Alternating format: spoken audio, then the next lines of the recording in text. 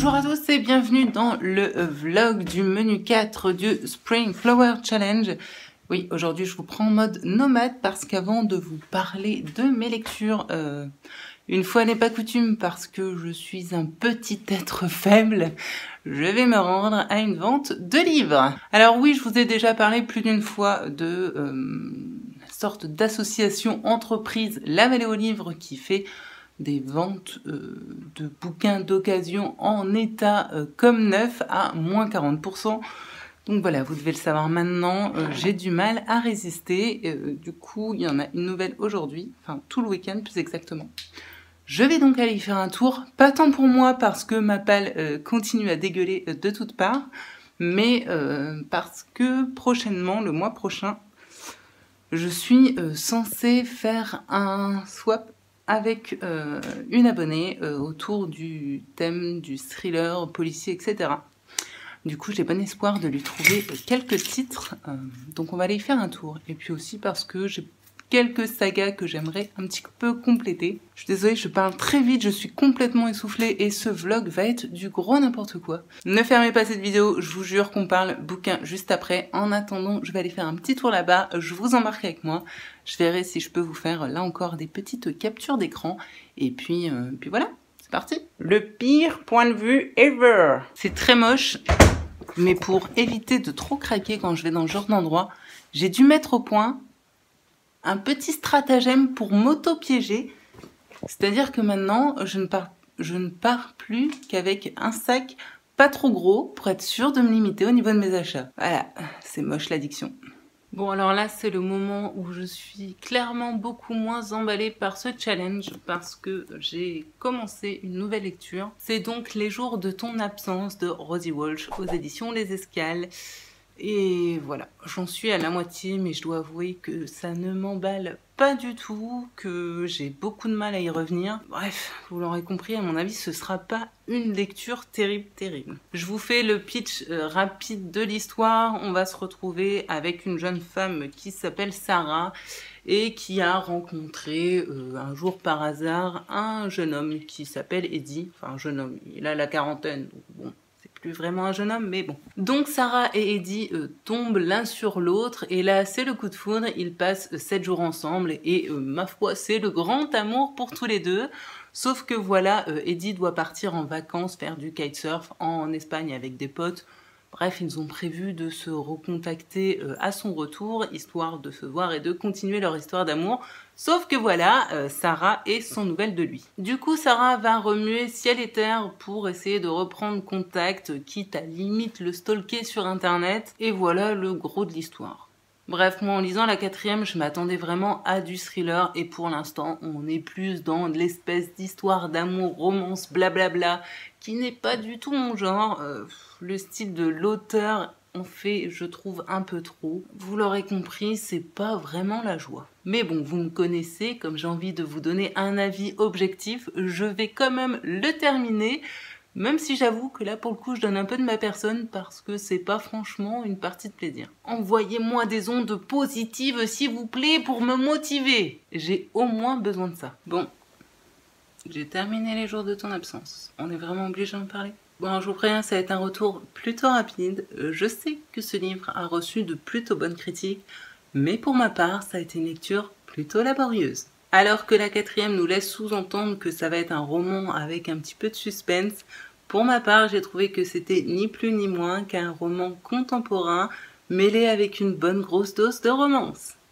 Comment vous dire que vous devez le savoir maintenant que la romance et moi, c'est pas vraiment ça. Alors oui, à un moment, il y a une pseudo-révélation, mais pour ma part, ça n'a clairement pas suffi à susciter de l'intérêt pour cette lecture. Je me suis beaucoup ennuyée, j'y ai trouvé des grosses longueurs, je ne suis rentrée en empathie avec aucun des personnages. Bref, il n'y avait rien qui allait quoi. La plume ne m'a pas touchée, alors si par moment l'auteur veut apporter une petite touche comme ça de poésie à son récit, je dois avouer que personnellement ça ne m'a rien fait et je dirais même qu'au contraire j'ai trouvé que ça alourdissait plutôt ma lecture et que ça n'apportait rien de positif. à cette histoire où clairement je me fichais complètement de ce qui pouvait arriver. Alors c'est clairement un bouquin écrit selon moi pour faire pleurer dans les chaumières, mais personnellement ça ne m'a fait ni chaud ni froid. Alors bon, vous allez dire que oui, j'ai peut-être un côté un petit peu psychopathe et que pour me tirer une larme, faut en faire beaucoup. Ouais, je suis d'accord, mais alors là, pour moi, c'était beaucoup trop cliché pour que la petite larme vienne perler au coin de mes yeux. Alors bon, on ne peut pas enlever à l'auteur que c'est plutôt bien écrit, hein, la plume est loin d'être mauvaise, mais c'était clairement pas un bouquin fait pour moi. Je n'y ai trouvé aucun intérêt et une chose est sûre, c'est que je vais très vite oublier ce roman.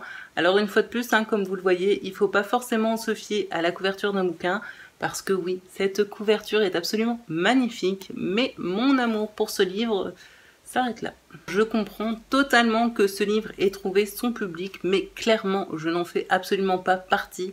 C'est absolument pas le genre d'histoire faite pour moi, donc tout ce que j'ai envie de dire, c'est dommage.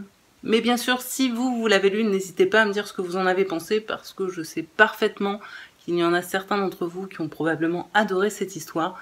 Et si c'est le cas, n'hésitez pas à me dire pourquoi vous, est-ce que vous l'avez aimé, parce que moi, il n'y a rien à faire, ça ne m'a absolument pas touchée. Du coup, voilà, ce 4e menu ne commence pas très bien.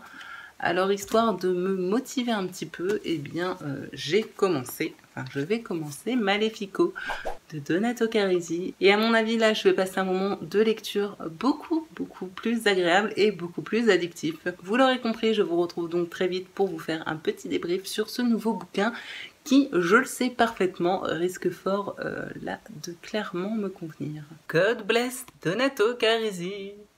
Oui, bon, on est d'accord, je vous ai pas repris entre deux, tout simplement parce que d'une, je n'en voyais pas l'intérêt, et de deux, parce que j'ai lu Malefico très rapidement, et du coup, il faut que je vous en parle. Alors oui, avant que vous me posiez la question, hein, il y en a une qui n'a toujours pas bougé de place. Voilà à quoi se résume ces après-midi. Pendant que d'autres se démènent à faire des vidéos, mademoiselle continue à faire du dodo.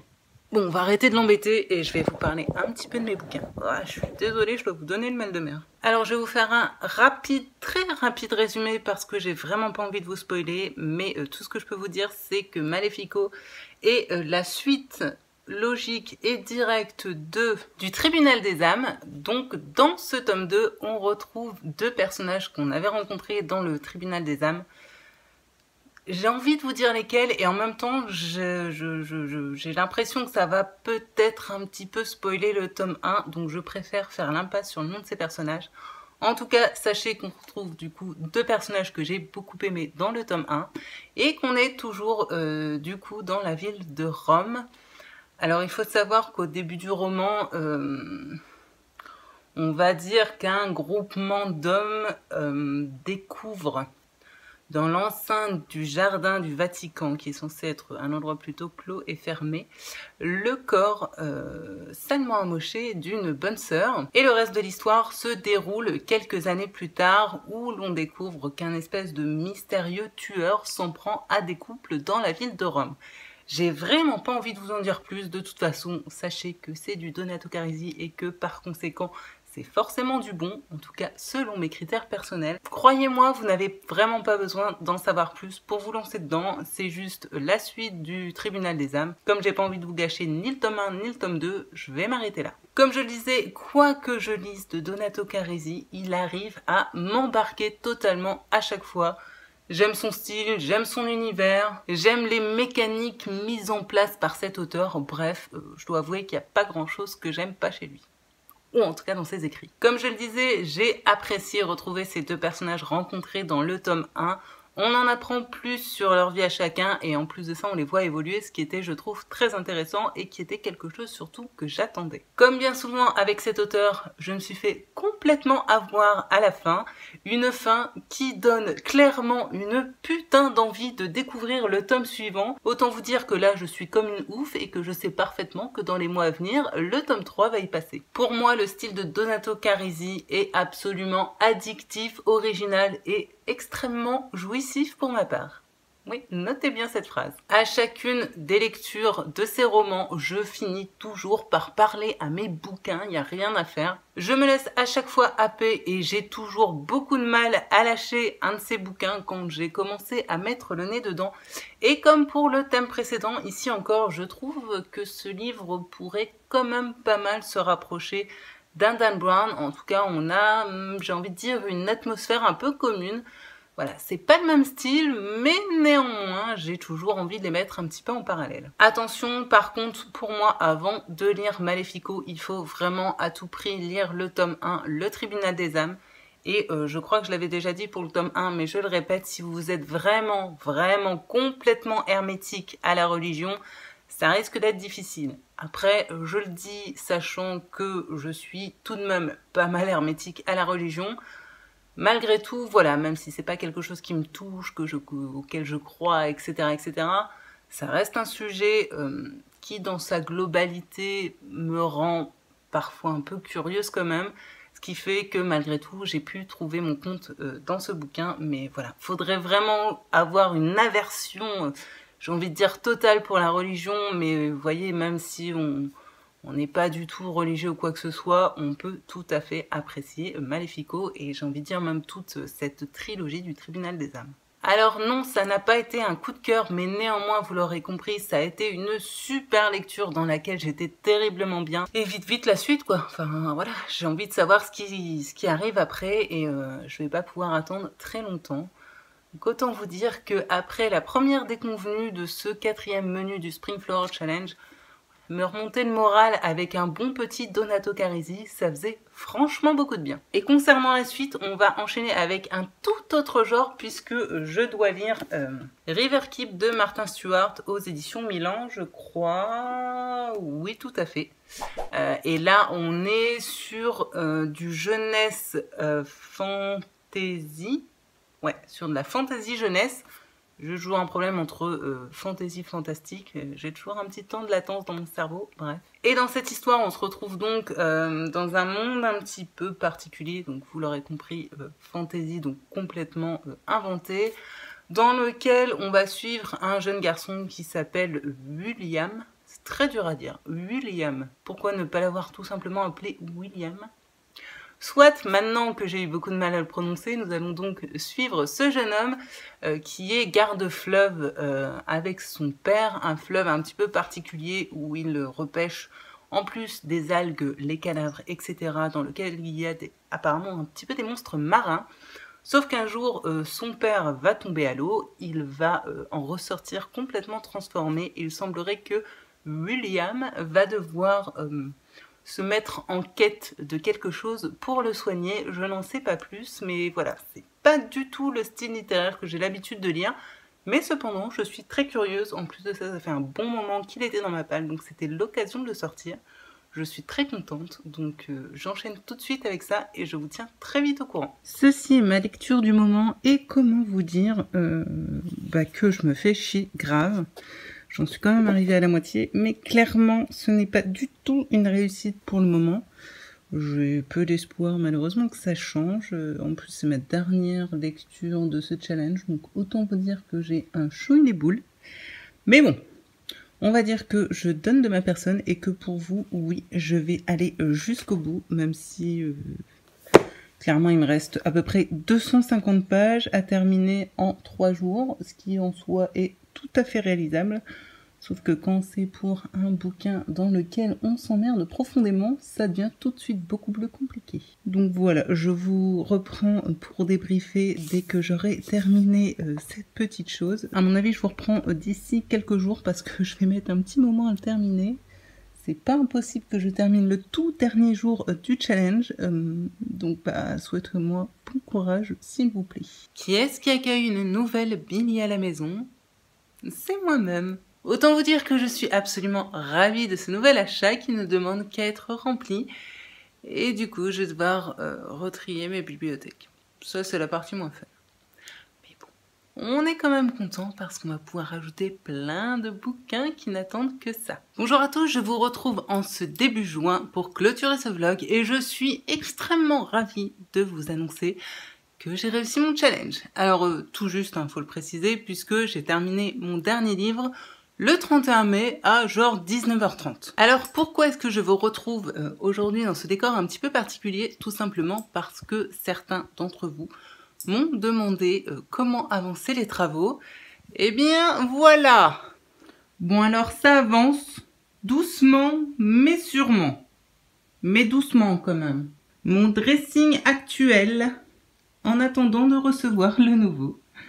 On est content. Ah, et puis en passant, petite astuce de derrière les fagots, à quoi on reconnaît des gens qui sont en plein travaux? Ben, en général, quand ta salle de bain ressemble à ça, et à ça, c'est plutôt un bon indice. Bon alors, après ce petit point travaux, bien sûr, on est d'accord, on est là pour parler bouquin et plus exactement du dernier livre que j'ai lu pour mon challenge. Et il s'agissait de Riverkeep de Martin Stewart aux éditions Milan. Bon alors, comme vous l'aurez vu, j'étais pas franchement ravie de lire ce bouquin qui ne m'emballait pas de ouf. Et une fois l'avoir terminé, je peux dire que... quelle lecture décevante! Alors comme je le disais, j'ai tout d'abord sérieusement pensé à l'abandonner, mais comme je voulais me sentir entre guillemets légitime d'en faire une critique et de vous en parler, du coup je me suis un peu forcée à le lire et je vous avoue que ça n'a pas franchement été une partie de plaisir. J'avais oublié pour fêter cette fin de challenge, je me munis de mes magnifiques petites fleurs. Ouais, parce que dehors il fait un temps dégueulasse, alors bon, je me dis je vais essayer de mettre un petit peu de gaieté dans cette vidéo. Concernant ce livre, je dois dire que tout d'abord je me suis franchement ennuyée. Pour tout vous dire, il faut attendre de passer les 100 premières pages pour qu'il se passe enfin quelque chose dans cette histoire. Autant vous dire que sur 300 et quelques pages, 370, c'est plutôt long. Ensuite, il faut savoir que nous sommes plongés dans un univers de fantasy. Donc qui dit fantasy dit univers complètement inventé. Or, ici, l'auteur ne nous explique absolument rien, ce qui fait que j'ai eu beaucoup de mal à me plonger dans cet univers. Ensuite, j'ai une petite question pour l'auteur. Qu'est-ce que c'est que cette manie d'incorporer des écrits bourrés de fautes d'orthographe et de faire parler certains personnages comme des gros bouseux? Parce que je vous avoue que j'ai pas trop compris. Je tiens à dire que ça n'apporte absolument rien du tout à l'histoire et qu'au contraire ça a plutôt tendance à compliquer la lecture. En un mot, aucun intérêt pour moi. Et alors, petit pompon sur la pomponnette, ça revient quand même à un personnage féminin qui apparaît dans les 100 premières pages, qui est une vieille dame, comme le précise l'auteur, qui vient du nord de cet univers, mais dans l'histoire on dit juste du nord, et qui, je vous le donne en mille, parle avec un accent, ma foi, bien ch'timi, bien caricatural. Pas besoin de préciser que ce personnage est à moitié débile et cinglé.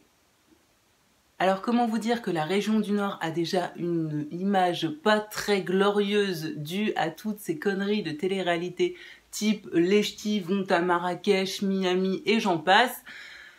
Donc là, pour moi, c'était un petit peu la goutte d'eau qui faisait déborder le vase. Bref, du coup, vous l'aurez compris, on en rajoute dans le cliché de façon très lourde. Alors oui, vous me direz, dans la VO, c'est peut-être pas la même chose. Je suis d'accord, je n'ai pas lu la VO, mais bien la traduction française. En tout cas, toujours est-il que pour moi, cette traduction a un côté quand même très malheureux. Alors en plus de ça, je vous le précise, je vous le donne en mille, tous les personnages riches parlent extrêmement bien, tandis que tous les personnages pauvres ou mauvais parlent ou écrivent avec une faute tous les 2 mots. Mais putain, c'est quoi ces clichés? Ensuite, ce livre est classé en jeunesse. Comment vous dire que personnellement, avec toutes les références au cul ainsi que toutes les blagues graveleuses que comporte ce bouquin, personnellement, je ne donnerais peut-être pas ça à lire à un gamin. Après, chacun fait ce qu'il veut, hein, mais je vous le déconseille quand même. À moins de vouloir répondre à des questions un tantinet embarrassantes de la part de sa progéniture. Enfin, je n'ai eu aucun attachement à aucun des personnages et j'ai trouvé l'histoire franchement ennuyeuse et bancale. Je suis désolée de vous le dire, mais malheureusement, il n'y a pas grand-chose de positif dans ce bouquin. Vous l'aurez donc compris, c'est rare que je fasse des lectures qui me déçoivent autant que je descende, si je peux dire ça comme ça, un livre. Mais là, pour le coup, depuis le temps que je lis, j'ai rarement lu quelque chose d'aussi mauvais et que j'ai, clairement, je peux le dire, détesté et que je ne vois pas du tout à qui recommander ce bouquin. Désolée. Alors bien sûr, on est d'accord, ce n'est que mon avis personnel. Néanmoins, si vous allez voir un petit peu les critiques qu'il y a de ce livre sur Livre Addict, Bah, je suis désolée de vous dire, mais je suis pas la seule à avoir pensé ce genre de choses de ce bouquin. Comme on dit, il n'y a pas de fumée sans feu. Vous l'aurez donc compris, pour ce 4e menu dont j'ai encore complètement oublié le nom, mais on s'en fout pas mal, j'ai du coup fait 3 lectures, une génialissime et 2 que j'aurais franchement préféré ne pas faire.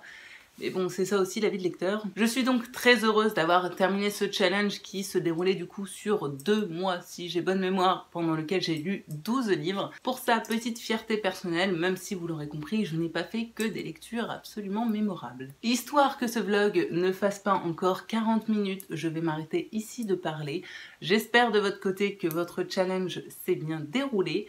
Moi, je vous souhaite paix, amour et littérature dans vos cœurs. J'espère vous retrouver très prochainement sur cette chaîne. En tout cas, moi, je serai au rendez-vous. Et je vous envoie tout plein de bisous. Salut! Bon, on est d'accord que les fleurs, c'est pas ce qui me va le mieux.